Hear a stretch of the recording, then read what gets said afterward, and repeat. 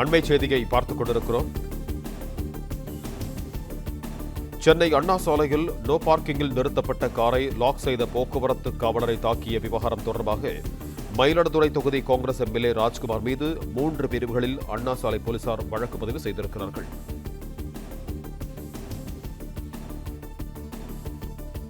இது தொடர்பான கூடுதல் விவரங்களோடு இணைகிறார் எமது செய்தியாளர் கதிரவன். வணக்கம் கதிரவன், உங்களிடம் இருக்கும் தகவல்களை சொல்லுங்கள்.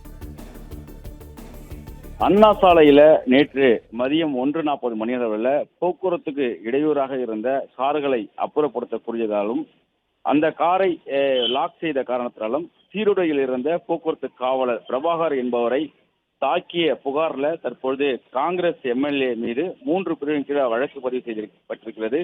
ஆபாசமாக பேசுதல், அரசு ஊழியரை பணி செய்ய விடாமல் தடுத்தல், கையால் தாக்குதல் ஆகிய 3 பிரிவின் கீழ் அண்ணா சாலை போலீசார் வழக்கு பதிவு செய்திருக்கிறார்கள். குறிப்பா நேற்று மதியம் 1:40 மணி அளவில் போக்குவரத்து காவலர் பணியில் இருந்ததாகவும் அப்பொழுது அண்ணா சாலை சென்ட்ரல் பிளாசா எதிரே கூடிய ஹீரோ ஹோண்டா ஷோரூம் அருகே 3 கார்கள் சாலை ஓரமாக போக்குவரத்து இடையூறாக நின்றதாகவும் அதில் வெள்ளை நிற ஃபார்ச்சுனர் கார் அதுக்கு முன்பு மற்றொரு காரையும் எடுக்கக்கூடிய போது அந்த 2 கார்களும் எடுக்காத பட்சத்தில் அங்கு வந்த நபர் ஒருவர் தன்னை கடுமையாக தாக்கி தன்னுடைய சட்டையில் இருந்த அந்த பெயர் பட்டையையும் கிழித்து கீழே போட்டு தன்னை ஆபாசமாக பேசி அடித்ததாக அண்ணா சாலை காவல் நிலையத்தில் பிரபாகர் புகார் அளித்திருந்தார்.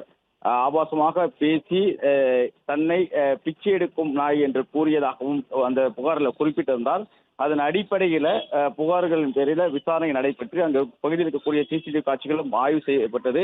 அப்பொழுதுதான் அவரை தாக்கியது முதலில் ஆதரவாக என்று கூறப்பட்ட நிலையில காங்கிரஸ் சட்டமன்ற உறுப்பினராக இருக்கக்கூடிய ராஜ்குமார் என்றும் தெரிய வந்திருக்கிறது. குறிப்பா மயிலாடுதுறை சட்டமன்ற உறுப்பினராக இவர் இருப்பதாகவும் தெரிய வந்ததாக குறிப்பிடப்பட்டிருக்கிறது. அந்த புகாரில் குறிப்பிடப்பட்டிருக்கிறது. அதன் அடிப்படையில் தற்போது அண்ணா சாலை போலீசார் காவலர் பிரபாகரன் கொடுத்த புகாரின் பேரில் 3 பிரிவின் கீழ் வழக்கு பதிவு செய்திருப்பதாகவும் தொடர் விசாரணைகள் நடைபெற்று வருவதாகவும் தெரிவிக்கப்பட்டிருக்கிறது. சாலையில் நிறுத்தி வைக்கப்பட்டிருந்த காரை அப்புறப்படுத்த கூறியதனால தன்னை தாக்கி ஆபாசமாக பேசியும் தனது சட்டையை பிடித்ததாகவும் அந்த புகாரில் பிரபாகர் கொடுத்திருந்தார். அதன் அடிப்படையில் இந்த 3 பிரிவின் கீழ் வழக்கு பதிவு செய்து தொடர் விசாரணை நடைபெற்று வருவதாகவும் தெரிவிக்கப்பட்டிருக்கிறது.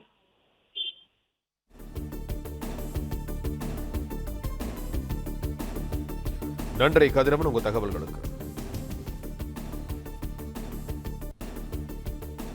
பிளே ஸ்டோர் மற்றும் ஆப் ஸ்டோரில் இருந்து பாலிமர் செயலியை QR கோடு மூலம் பதிவிறக்கம் செய்யுங்கள். செய்திகளை உடனுக்குடன் பெறுங்கள்.